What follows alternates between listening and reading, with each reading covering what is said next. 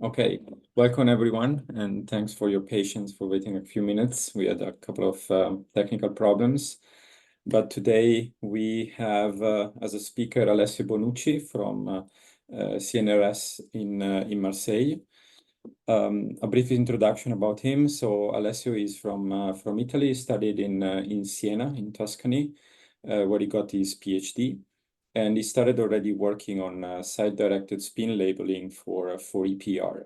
During that period, he was also a visiting student at UCLA in the Department of Chemistry and Biochemistry with Professor Hubble. And then after the PhD, he stayed for a brief postdoctoral fellowship in the same university in Siena. Then he moved to Marseille for his first stint as a postdoc there. And then after that, he moved to Florence, to CERM, so to the NMR department, where he started exploring proteins and basically methods at the interface between NMR and EPR. And then after the second postdoc, he moved again to Marseille, where he's now a scientist at the CNRS. And today he's going to talk about nitroxide radical for structural investigation with EPR spectroscopy in cell. So Alessio, you can take it from here. Thanks so much, Thomas, for the introduction. Thanks so much of all of you to hear the results that I have during my different postdoc, where I work on in-cell EPR spectroscopy for protein characterization and specific on some methodological development. So as Thomas said, I will talk about different results that I obtained in different postdoc. So to give you a brief introduction in structural biology, when we want to characterize a protein, the most common methodology is to start with the plasmid, which contain the gene of the protein of interest. Then overexpressing the protein inside the cell, generally E. coli is the most common method for protein expression. And then using chromatography to purify and isolate the system in order to characterize with different biophysical approach. By the way, if we take a look of the environment surrounding the protein in real cells, they are completely different. Indeed, if we take a look about the cytosol of cells such as bacteria, proteins of interest, they are surrounded by other components such as ribosome, tRNA, RNA, other proteins, metal ions, etc., and other components of the cytosol. If we look also at other types of proteins, such as, for example, membrane protein, that are embedded in the lipid environment for sure, as we do in vitro, but more complex in real environment. But however, on that side, at present, other proteins that participate in the membrane biogenesis, in the membrane assembly, and also other components, such as, for example, lipopolysaccharide. So if we have to make a comparison between the experiment at the structural biology level performed in vitro and in cell, for sure, the in vitro environment is a simple environment where we have isolated protein in a simple buffer, so in simple water solution. And moreover, due to technical sensitivity of the technique, generally we work at very high concentration. On the other hand, as I said before, inside the cell is present a macromolecular crowding, which has a strong impact on protein structure and function. Moreover, specific compartments such as the cytosol of the cell has higher viscosity compared to simple buffer solution. And moreover, our objects or protein can undergo to specific or non-specific interaction with other component of the cell, which can influence the behavior of the entire system. So indeed, has already been reported in the literature that the macromolecular crowding and other cell agents has a direct impact on protein structure and function. Indeed, if you look in the literature, there is some protein that can possess a partially disordered or disordered conformation in simple buffer, but then due to the excluded volume, the macromolecular crowding, they can have a more compact conformation in a real environment. It's also been reported that sometimes we observe protein in oligomeric assembly, such as, for example, dimer state, but this dimeric state can dissociate when the protein is located in its physiological environment. Moreover, you can also understand that if protein has less space to have structural motion, for sure they have a restricted flexibility inside the cell compared to what we can observe in simple buffer. And moreover, it's also been reported that the enzymatic reaction of specific enzyme can be limited inside the cells due to the substrate availability compared to what we generally do in a simple buffer. So for sure, the next, the nirvana of the structural biology is to perform structural investigation of protein directly in physiological environment, so directly inside the cell.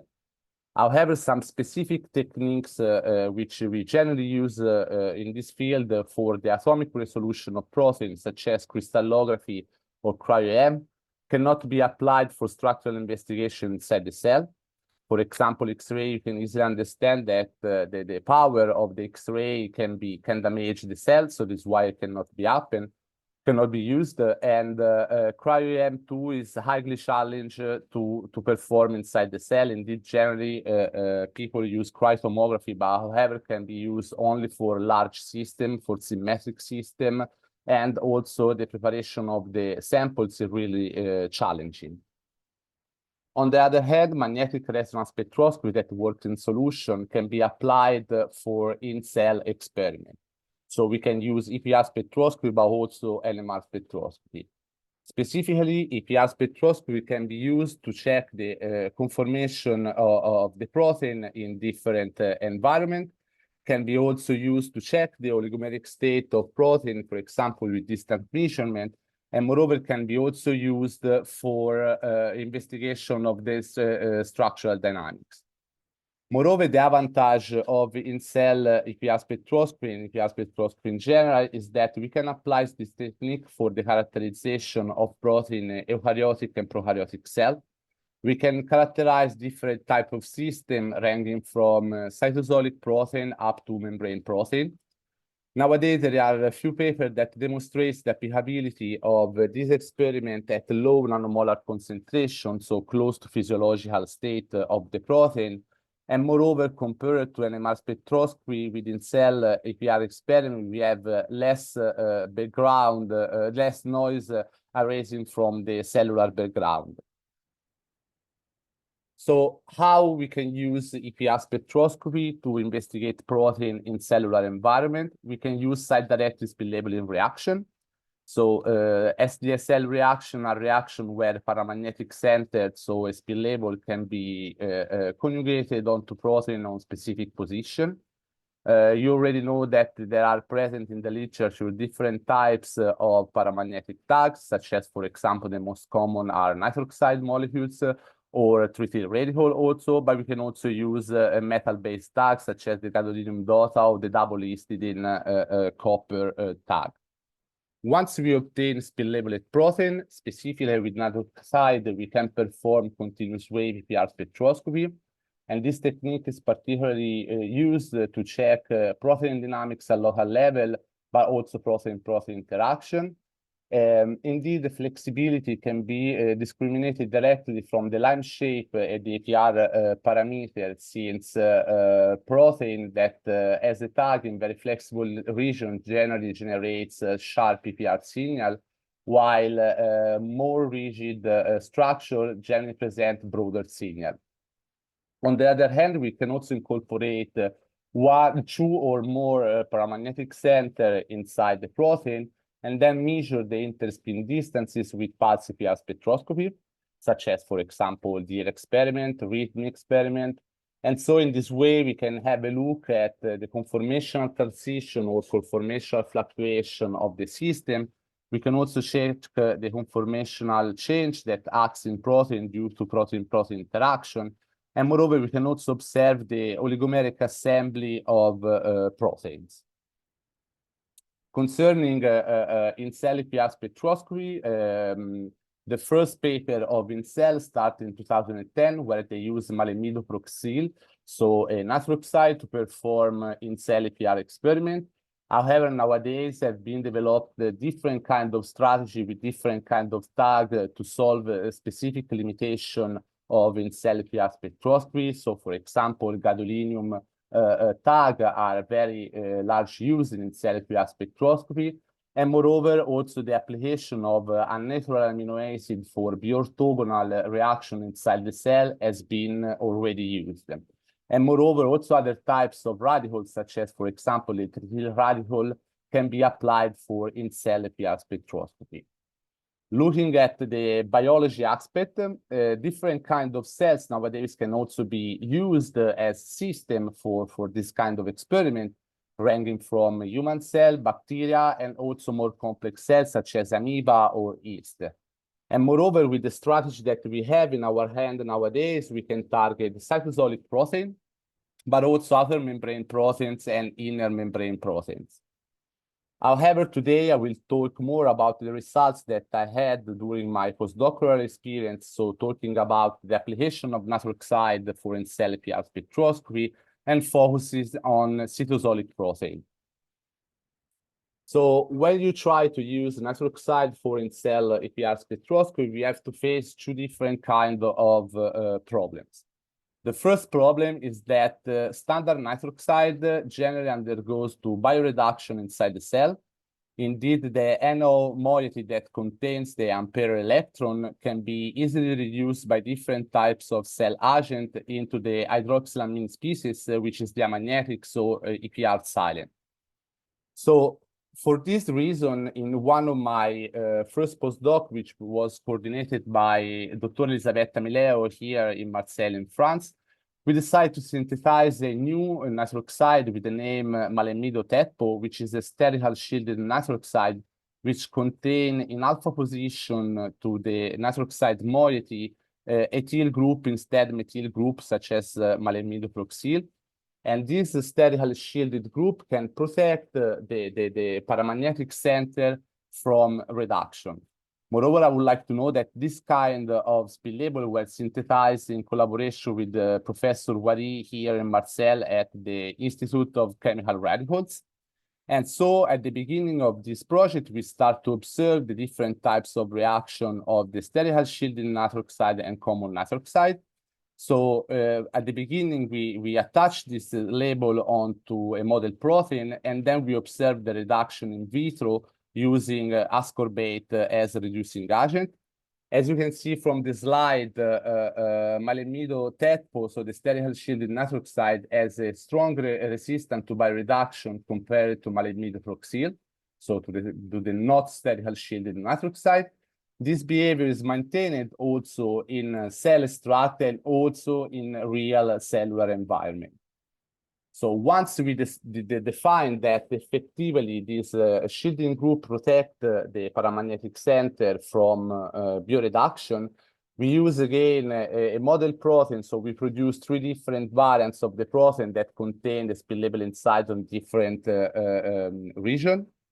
So we use a highly flexible region in a disordered tail, and another region which is less flexible and a more restricted region. Successively, we respectively labeled this position with the sterol shielded nitroxide malemido-tetpo and with malemidoproxyl, and then we recorded in vitro the X-band spectra to check that both spill label provided the same information at structural level. And you can see from the slide, effectively, the EPR signal with the 2 different nitroxides provide the same type of EPR signal, meaning that malemido-tetpo can be used at the place of proxyl, providing the same type of EPR result. Then, for sure, we check also if this new sterol shielded spill label can be used for the spectroscopy, so to carry out pulse EPR spectroscopy. So as we did before, we use the same model protein with 2 different cysteine in 2 different regions, and then we individually label it with malemido-tetpo and with proxyl, and then we record the full parses DR traces, and then we extract the distances. As you can see, we obtain the same distance distribution, meaning that malemidotectable can be also used instead of Proxil for pulse EPR experiment. So once we define that in vitro this spill label can be used as a standard nitroxide, we decide to go further and to perform some in-cell EPR experiment. Since we were at the beginning of the development of in-cell EPR, we decided to use Xenopus levi ovocyte, which in a very rude way is the eggs of Xenopus levis, which is a frog. Since these types of ovocyte can be used to mimic cells, and moreover, we will have the advantage to use microinjection to deliver our system inside the cell. So a very simple way for protein internalization. So at the beginning, we labeled the protein, double cysteine protein with malemidotectable. We injected inside the ovocyte. We put the ovocyte inside an X-band tube, and then we record the X-band for pulse year. And then we obtain the distances, and we, in absence of the pattern of the protein, we saw that the distance distribution recorded inside oocyte, so in cell, is very similar to what we observe in vitro. Then we repeat the same experiment, injecting at the same time the protein and successively also the partner of the protein, always inside oocyte, and recording then the 4 pulses DR traces. In these cases, we observe that the distance distribution of the protein partner complex has a different distribution compared to what we observed in simple buffer. So briefly from this work, what we observe is that the sterol shielded nitroxide malemidotectable is very resistant to bioreduction in a reducing environment such as cellular environment. It can be used as a standard nitroxide to probe the protein dynamics and the structure of the protein. And moreover, at the same time, we observe that the interior of the cell can influence strongly the conformation of the protein, or moreover, the complex of the protein with its partner. So after that, we define the use of a sterol shielded nitroxide for in-cell EPR spectroscopy. There is another problem that we can face during the realization of in-cell EPR experiment. Indeed, this problem is how we can internalize nitroxide-labeled protein inside cell. So nowadays, there are 2 different kinds of methods for protein internalization. The first method that we generally use in our lab is to label the protein in vitro and then use specific method to deliver the system, the spill-labeled system inside cell. Otherwise, another method which has been developed in parallel to this approach is the use of a natural amino acid. Indeed, with using a plasmid, we can overexpress the system of interest inside cells, modify the system with a natural amino acid in order to perform intracellular spill-labeled reaction in a bi-orthogonal way, in order to have a directly spill-labeled system inside the cell. However, as I said before, I will talk more about the approach that we use in the lab, so labeling protein in vivo, and then use specific methodologies for the internalization in cellular environment.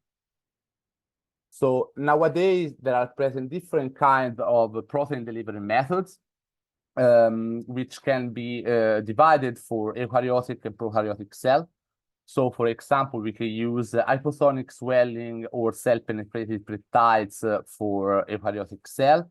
And for prokaryotic and eukaryotic cell, we can also use physical method that uses stimuli provided by machine to help the internalization of spill-labeled protein.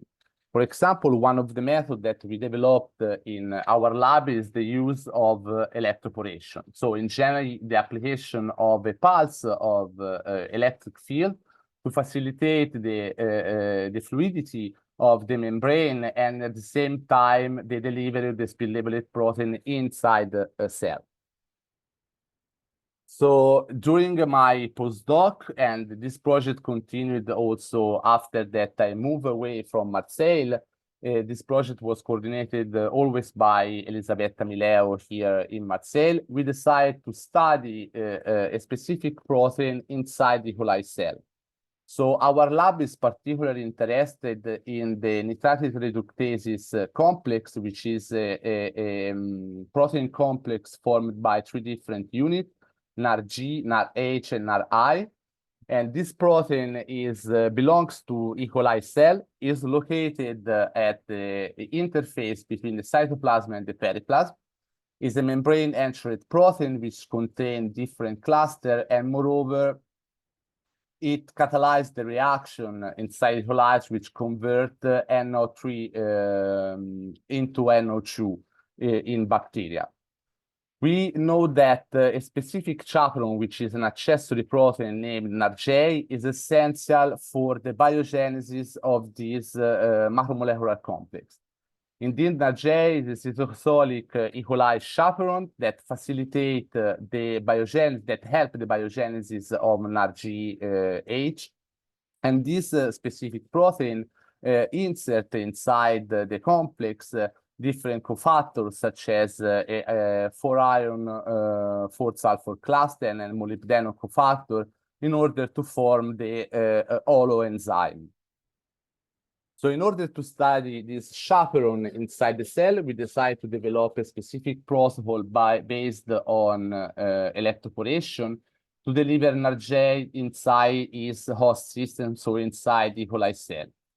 The protocol is really easy. So we spill label the system in vitro. Then we put cell solution and protein solution inside the electroporation cuvette. We apply the electric field to facilitate the internalization, and then we recover the cell with a specific buffer which contain all the nutrients for the cell.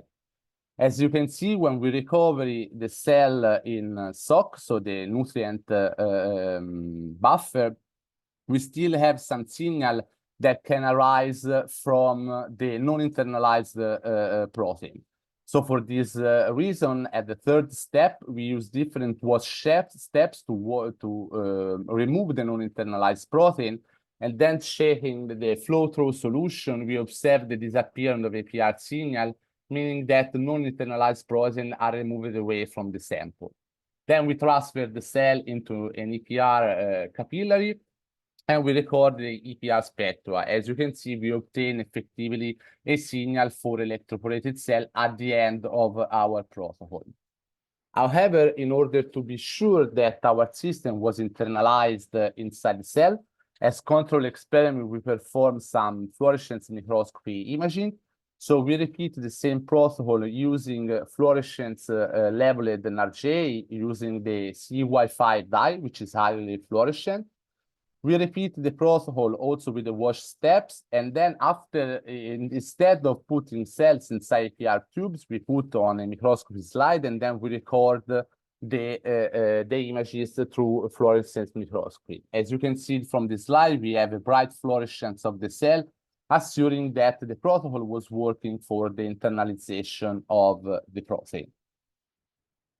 So once we set up all the protocol, we were sure that it was working for us. We check also if NARG, once was inserted into E. coli cell, was still active, so was participating in the biogenesis of the enzyme. So in order to check that the internalized protein was still active, was still functional inside the bacterial cell, we decide to check the activity of the enzyme using benzyl biology. Benzyl biology is a molecule that can be easily penetrated inside the cell. Moreover, its reducing state can be oxidized very easily inside the cell, and so can function as a shuttle of the electron for NAG. And so what we observe for this activity test is that when we electroporate NARJ inside the cell, it is able to form the holoenzyme, and so the enzyme was completely active. So we can go further on the investigation at the structural level of this protein. So once we define all these aspects, we go further in the structural characterization of NRJ. So we produce 5 different variants that contain the spin labeled center in different position of the system of interest.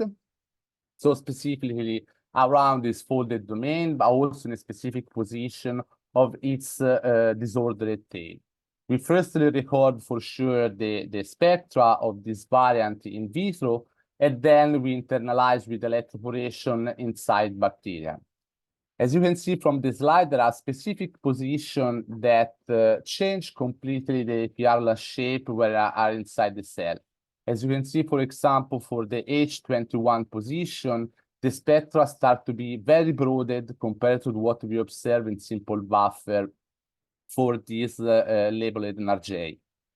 Then there are also other positions, such as position 104 and 149, which present a more broad spectra compared to what we observe in simple buffer. So what we can arise from this result is that the specific position has a restricted flexibility to what we observed in vitro. And then what we observe, we check also the reduction of malimidoproxyl inside the E. coli cell. And what we observe is that malimidoproxyl is reducing inside the cell, but generally takes long time to be reduced. So for sure, the sterol shielded nitroxide are more resistant to bioreduction. But if we have a method that is not time demanding, we can easily prepare samples with malimidoproxyl inside the cell and use this tag for in-cell EPR experiment. Moreover, we can also exploit the reduction of this tag to acquire information at structural level. Indeed, when we check the reduction of this tag on different position of NRJ protein, we observe that there are specific positions where the reduction is faster compared to the other one, such as, for example, position 207, 104, and 149 has a faster reduction compared to other positions, such as 119 and the 21, meaning that the labeling region of the faster reduction sample, it means that they are fully exposed to solvent, while the other position are more protected from the cytosol of the protein, of the cell. So once we perform all the continuous wave EPR investigation, we try to look if using malimidoproxyl, we can also undergo to DR spectroscopy to probe distances between nitroxide in cell. So we use a variant of NRJ that contains the spin labeling site at position 21 and 104. We label it with proxyl, we electroporate it inside the cell, we prepare the DR tube, and then we record the DR traces. However, unfortunately, when we record and we compare the phase memory time that we observe inside the cell or in vitro, we saw that inside the cell, the phase memory time is really short, so we cannot explore properly the distances. And this is a limitation of the use of malimidoproxyl inside the cell for pulse EPR spectroscopy. So from what we see from this work, we show that electroporation is a very valid method for the internalization of nitroxide labeled protein inside prokaryotic cells such as E. coli. We discovered that malimidoproxyl can be also used as a spin label for in-cell EPR spectroscopy if we have a very fast and solid method for protein internalization. Moreover, we confirm once again that the cell environment has a strong impact not only on protein conformation, but for sure also on protein flexibility. And moreover, we have to consider that when we talk about reduction of nitroxide, we have to take care that the reduction of this molecule inside the cell strongly depends on the region of spin labeling position in our system of interest. So as I said before, electroporation is not the only physical method that can be used for protein internalization. Indeed, during my previous postdoctoral experiences, I had the occasion also to work with other methods. One of these methods is the heat shock method. So in general, in structural biology, we used to put cells at 42 degrees to facilitate the vesiculation and increase the membrane fluidity to induce the DNA internalization inside the cell, such as, for example, for plasmid transformation, as we generally do during protein expression in bacteria. And so we decide to use this method also for protein. Specifically, this project was developed during my postdoctoral experience at CERM at the University of Florence. This project was coordinated by Professor Lucia Banci at the University of Florence. So we developed a protocol where we incubate both the prokaryotic and eukaryotic cell with nitroxide labeled protein. Then we apply an heat shock for 60 minutes at 42 degrees, which facilitated, as I said before, the vesiculation and so on the permeabilization of nitroxide labeled protein inside the cellular environment. And then we use, as you saw before, with electroporation, some washing step to remove the non-internalized protein. Then we transfer the cell inside an EPR tube in order to perform in-cell EPR spectroscopy. And in this particular project, we decided to use E. coli cells as prokaryotic cell and Pichia pastori, which are yeast, as a standard eukaryotic cell. So once we define the parameter for our internalization method, we use once again fluorescence microscopy in collaboration with Dr. Cencetti at the University of Florence. So we use a model protein, in this case it was ubiquitin, and we labeled with the fluorescent tag. In this case it was the ATO 418. And then we use the thermal shock at 42 degrees respectively for bacteria and then separated for yeast. And then we make the wash step, we transfer the cell on the microscopy plate, and then we record the images. As you can see on the right, both E. coli and Pichia pastori cell were really bright fluorescent, meaning that the protein were internalized and that also the protocol was working for the heat shock protocol was working from protein internalization. Then we start to ask us if we can quantify how many proteins, how much protein we can internalize in both prokaryotic and eukaryotic cell. So to do that, we realize some Western blot analysis. So we internalize once again protein inside cells. Then we recover the cell extract, breaking the cell, and then we perform Western blot analysis to check the quantity of the protein inside the cell. Using standards, so a reference in vitro, then comparing to what we observe with cell extract, we saw from Western blot that we can have around 5 micromolar of protein inside bacteria, around 2 micromolar of protein for eukaryotic protein, so for yeast. So once we had defined all the parameters for this heat shock protocol, we decide to use different kind of system and to record the continuous wave EPR aspect of this field-labeled system inside the cell. So we use, as I said before, ubiquitin, which is a small globular protein. We use another system that the name is BIR3, which is still a small protein but partially ordered. And then we move to larger systems such as FUS protein, which is a mostly disordered protein. And then also anhydrase carbon 2, carbonic anhydrase 2, which is a larger protein with a very well-defined secondary structure. Then individually, each system were delivered inside bacteria or yeast. The cell were recovered and washed, put in an EPR tube, and then recorded the EPR spectrum.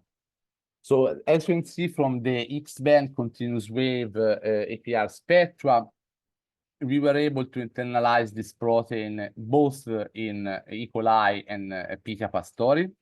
Moreover, some specific proteins such as BIR3 and delta Fas and Fas protein has a broader signal inside the eukaryotic cell compared to what we observed in a simple buffer, meaning that also this protein, as we previously observed also for NAGENS inside the E. coli cell, has a restricted flexibility in cellular environment.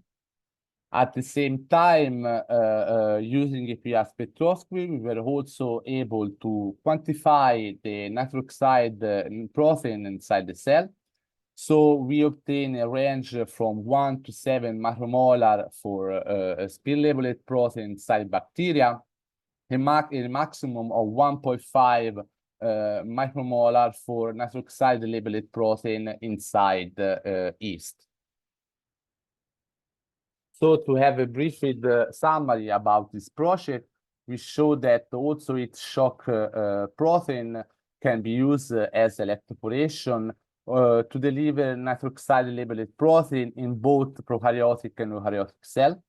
We confirm that if we have a fast and efficient method for protein internalization, also malimidoproxil can be used as good probe for investigation of protein at structural and dynamical level inside the cell. And moreover, we confirm once again that the cell environment and the cell cytosol strongly influence the conformation and the flexibility of the protein. So nowadays, if you check in the literature, are present different kinds, as I said at the beginning of my presentation, different kind of tag, different kind of internalization method, different kind of intracellular labeling methodology. However, in my vision, we should go further on the application of in-cell EPR spectroscopy. Indeed, we should start to characterize very challenging systems such as heterogeneous systems, for example, DNA protein complexes or multi-protein complexes. Moreover, we should take a look also of specific events that take place inside the cell, for example, protein-protein interaction, also the assembly of protein into oligomers or into specific structure.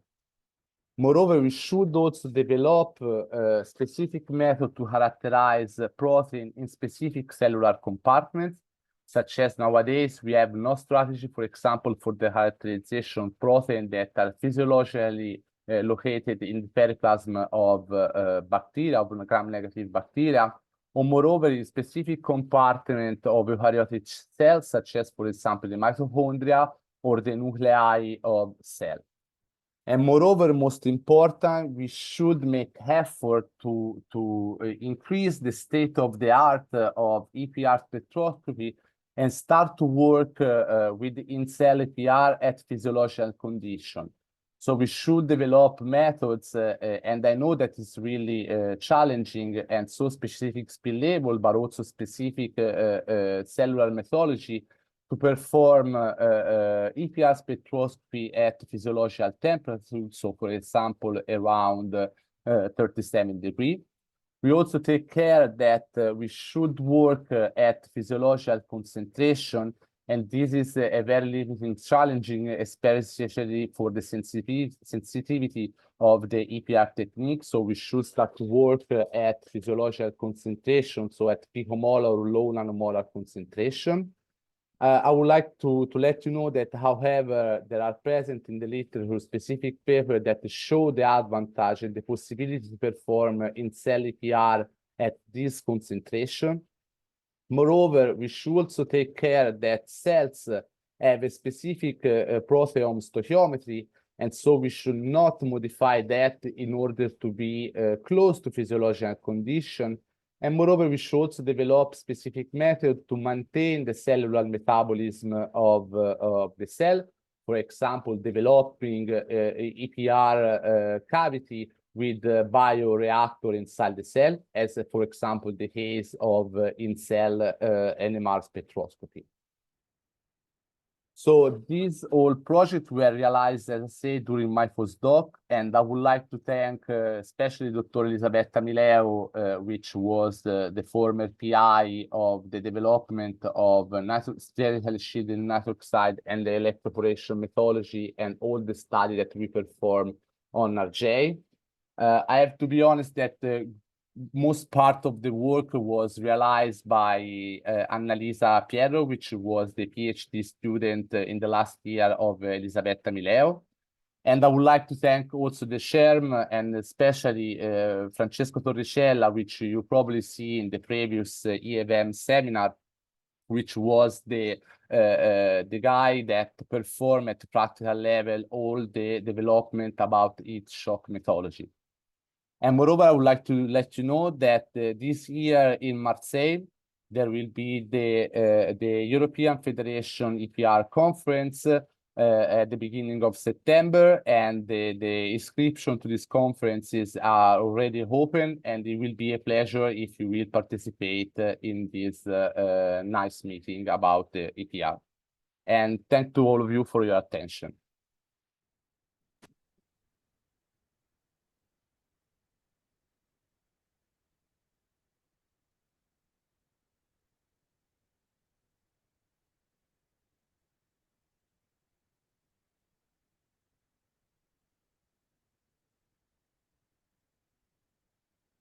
I think you are muted, Thomas.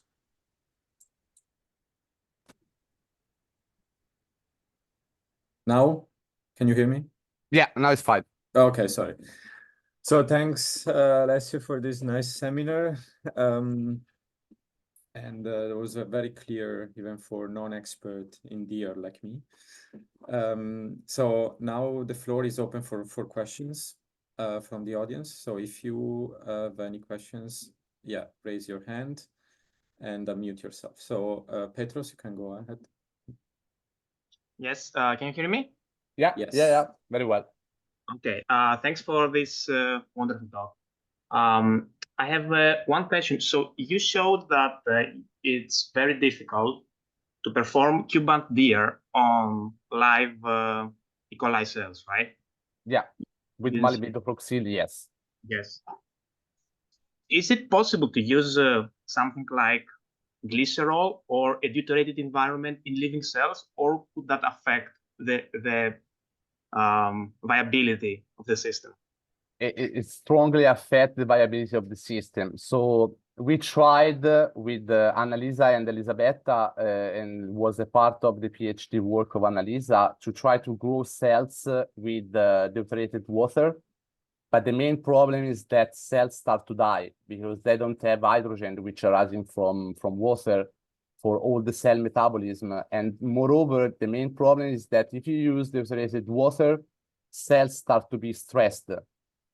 And that's another point that we should take in consideration during in-cell EPR experiment, that if we wanna use in-cell EPR to check this protein at physiological level, the cell should not be stressed.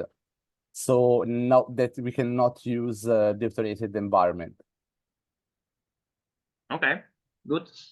But we tried, that was a good question, actually. Yes, thank you.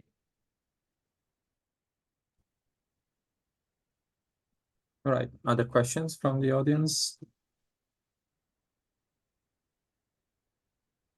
Yes, Jan?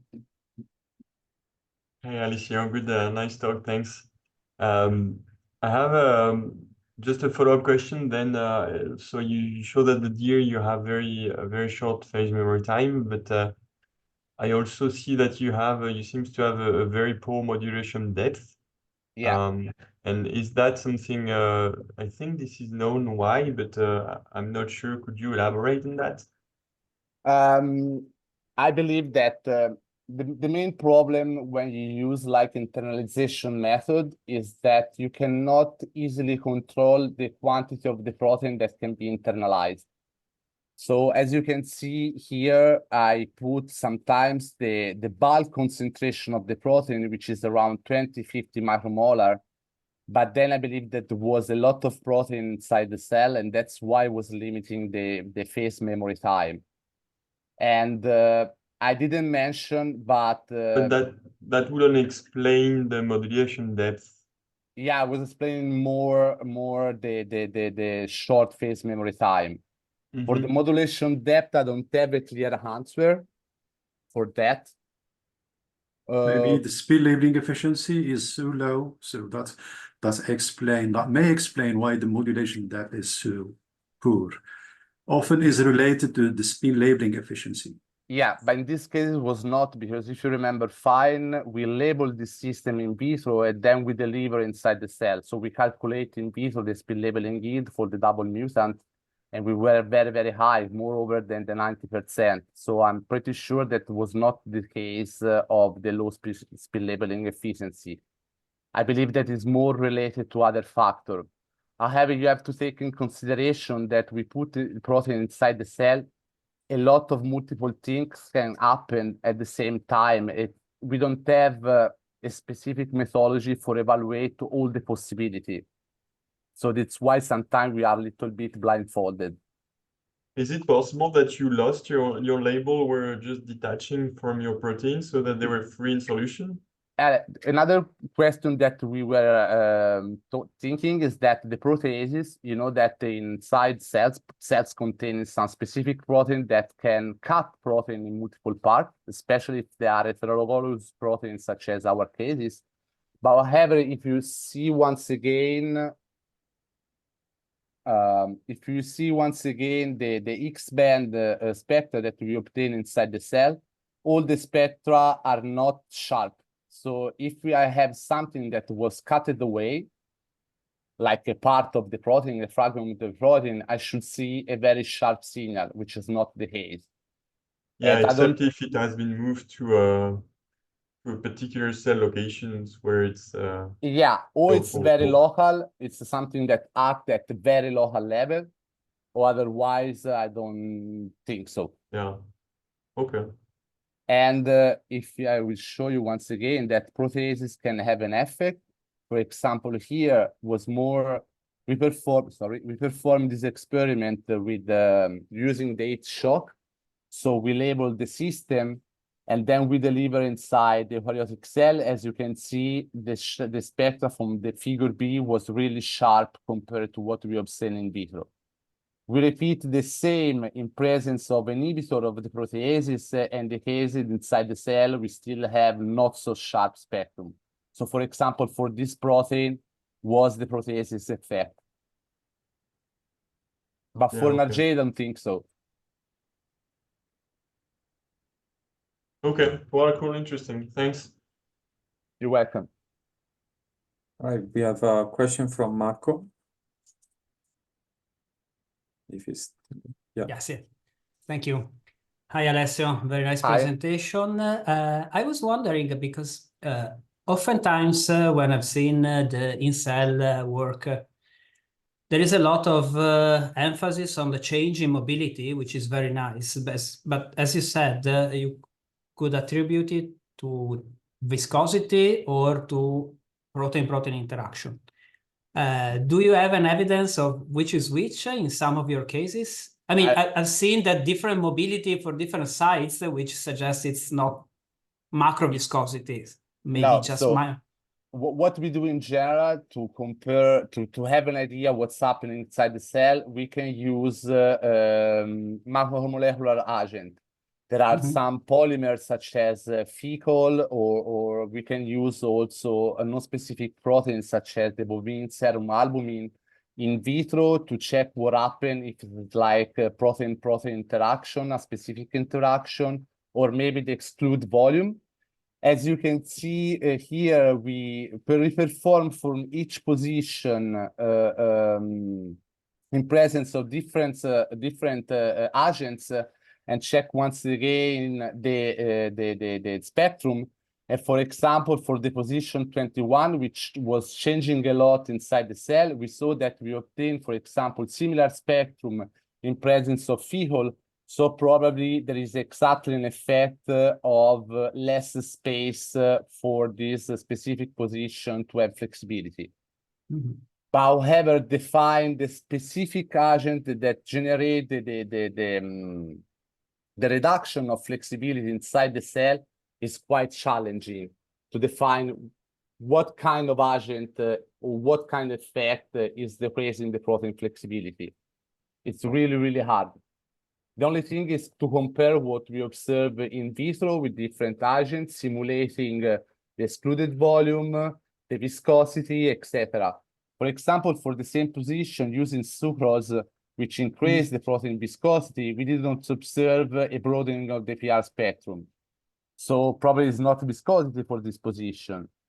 And so with this experiment, we saw also that the effect of the cell environment can have different kind of effect depending on the protein region. Thank you. All right. Asane, you can go ahead. Yeah. Very, very nice talk. So I'm just wondering, it's possible to have some kind of aggregations that may explain the shortest, or the TM is slightly shorter. So yes, it can happen. So the first thing that we record, for example, fluorescence microscopy, here is a large images, but then we can also zoom on single bacteria. If you have like a lot of aggregates with fluorescence labeled protein, you will see a sort of spot condensed in specific location. We didn't observe that, so we were sure that the protein was well diffused in the cytosol. Moreover, with nitroxide molecule, if we have random aggregates, there is a strong dipolar coupling between the spins, and so we record very, very broad signal. But as you can see from different kind of position, we didn't observe very, very broad signal and strong dipolar coupling from continuous wave. So we were pretty sure that there was no aggregate inside the cell. Okay. Yeah, just to figure out what is making the relaxation time a little bit shorter. So yeah. Yeah.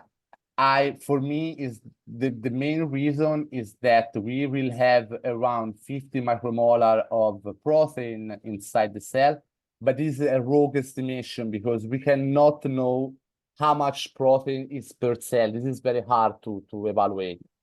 So we have also to consider that the E. coli cell has a small volume. So imagine that there is some cell that contains a lot of labeled protein, and these proteins are very close together. They can have an effect on the relaxation property of the nitroxide for sure. Okay, thank you. Right. Now we have a question from Murugesan. It's a great talk.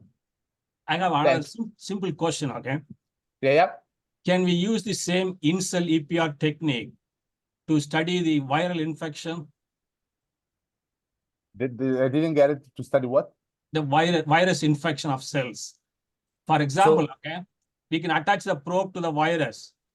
Then we look at how the virus get into the cells. Yeah.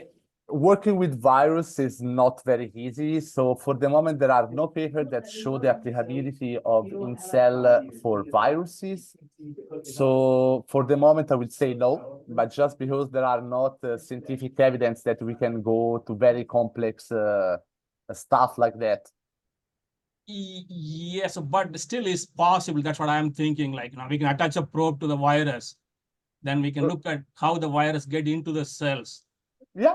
I mean, if there is a sort of fibril or polymer which is forming and then it goes with the specific mechanism inside the cell, yeah, you can try to look at. Yeah, for sure.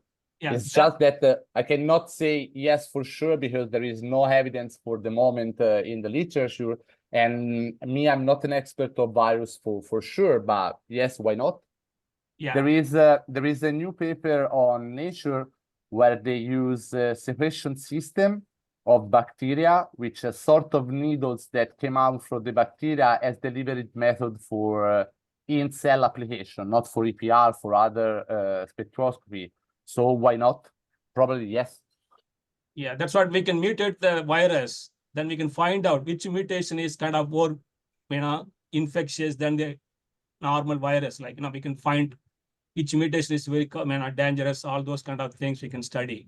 Yeah, probably yes. Yeah. Thanks. Great talk. You're welcome. Okay, we have a question from Dina now. Yeah, thank you, Alessio. I have a follow-up question actually concerning the conformation of the spin label as such attached to the protein.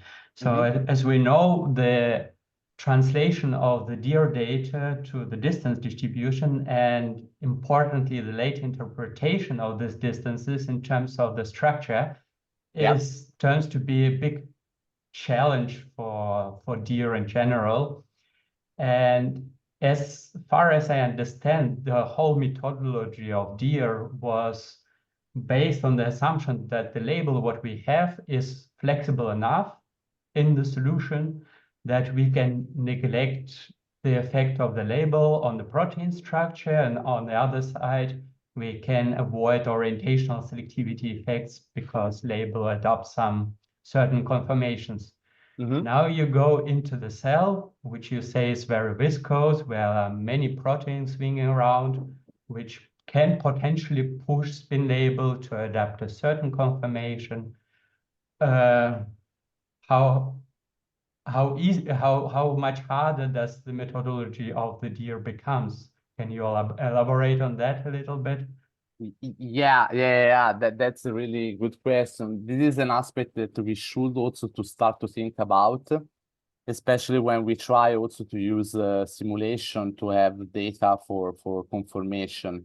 So we don't know at the local level which kind of effect as the macromolecular crowding or the agent that are present in the cell on the conformation of the single spin label linked to the protein.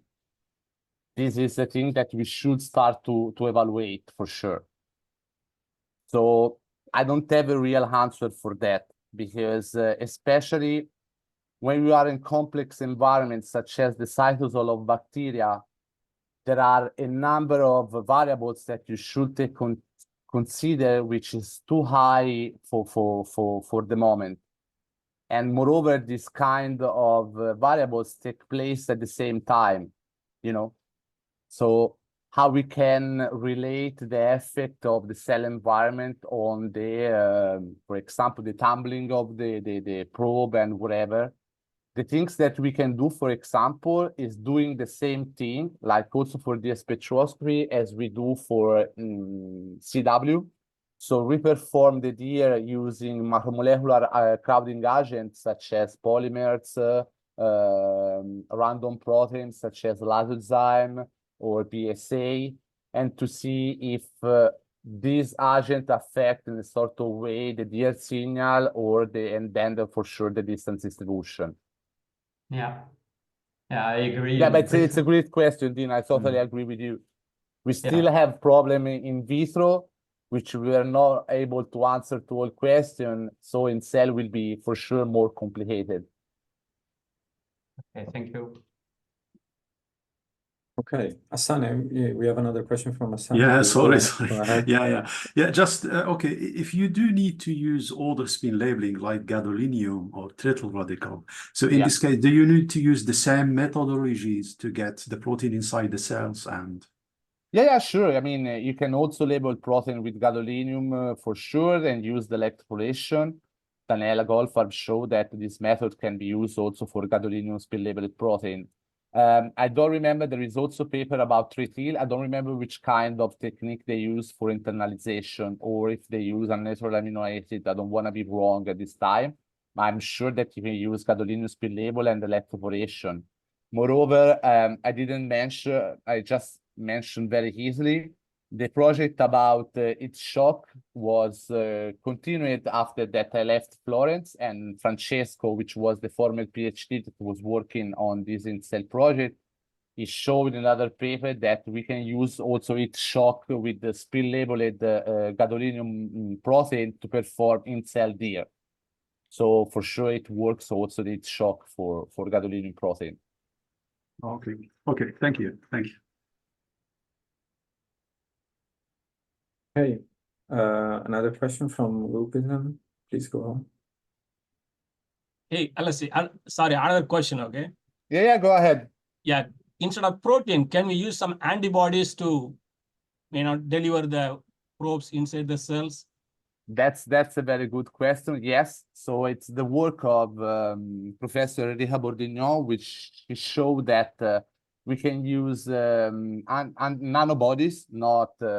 She used nanobodies labeled with gadolinium to specifically target the internal part, the internal membrane located at the internal membrane protein. Sorry, located at the interior of cells. Yeah, you can use, that's one of the strategy for spin labeled membrane protein in cell.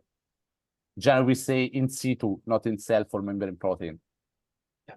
Thank you. Yeah. All right, we go on with a question from Petros.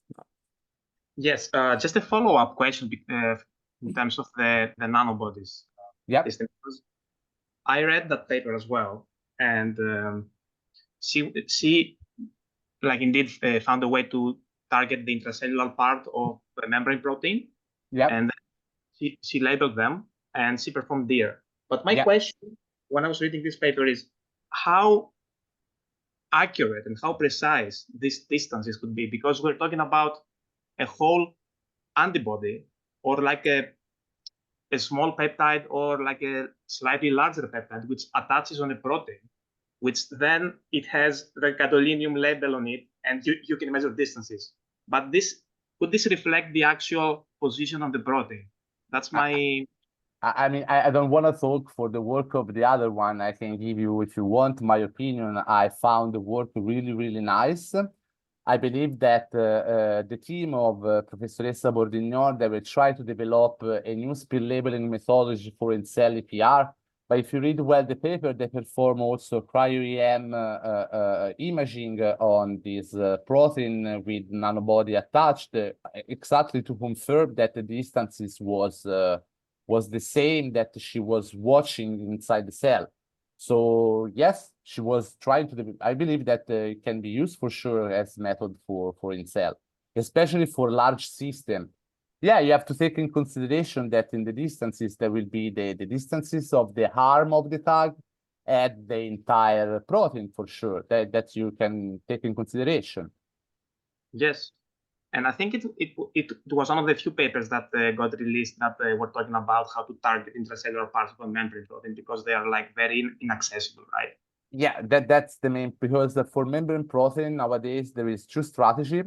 One is to overexpress, if it's an outer membrane protein, overexpress your protein of interest in bacterial cell, and then produce like cysteine variant with loops in the external part, so which is spacing out from the cell, and then use standard spin labels such as MTSL to label this region. For internal membrane protein, since now there was no technique that can be helpful for in-cell deer, so I believe that the nanobodies can be for sure a strategy.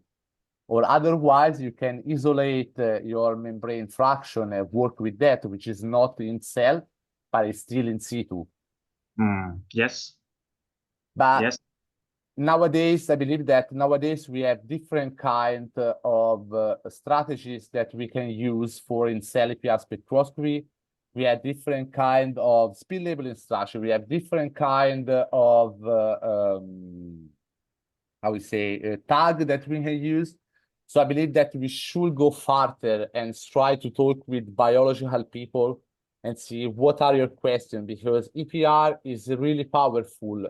Because if you compare EPR with in-cell NMR, the advantage of EPR is that we are like blindfolded for the rest of paramagnetic for the rest of cell components, because we are just watching at the paramagnetic center. And moreover, we can also target very complex systems like Professoressa Bordignon, Prof. Bordignon did in the paper. So like a huge membrane protein at the interior side, or also other types of membrane protein. And we should also go further and try to develop methods to study within cell EPR protein inside the nuclei, the mitochondria, the periplasm of bacteria. So I believe that now we have the methods and all the tools to perform in cell EPR. I believe that we should go more further and try to talk with the biological people and say, what are your questions? try to make the project together and see if in-cell EPR can be the right strategy to answer your question at the structural level. Yes, I agree. It's just that I found that paper very interesting because it was the first like proof of concept as far as I remember. But So just this to idea, let you, this is my work that I performed with Dr. Mileo and also in Florence with Professoressa Lucia Banci. But now I have other projects that we are trying to target very challenging systems, such as, for example, transmembrane system. And okay. see also the activity. So, okay, nowadays we can see, for example, the shift from an open and closing conformation of a membrane protein, or you can also take a look at the assembly of large system or transmembrane complexes, or, for example, the interaction of protein with DNA inside the nuclei.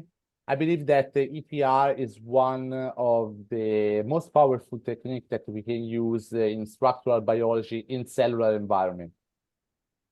Yes, I totally agree. And thanks for the answer. Okay, you're welcome. You're welcome. All right, thank you. I don't see other questions from the audience. So if there are no more questions, I would say that we can thank Alessio again and all the audience for this very interesting discussion and Q&A session. So thank you, everyone. Thank you, you, Alessio. Thanks And to you for the opportunity. yeah. And so since you have other studies going on, we invite you again next year. Thanks. Thanks a lot. All right. Regarding the next IVM seminar is in 2 weeks on June 12th. We have Professor Thomas Prisner for a special lecture. And this would be the last one of this season. All right. See you there, everyone, and have a good rest of the week.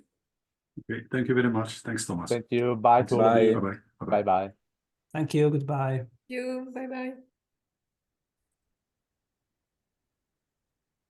All right, grazie Alessio. Bel talk.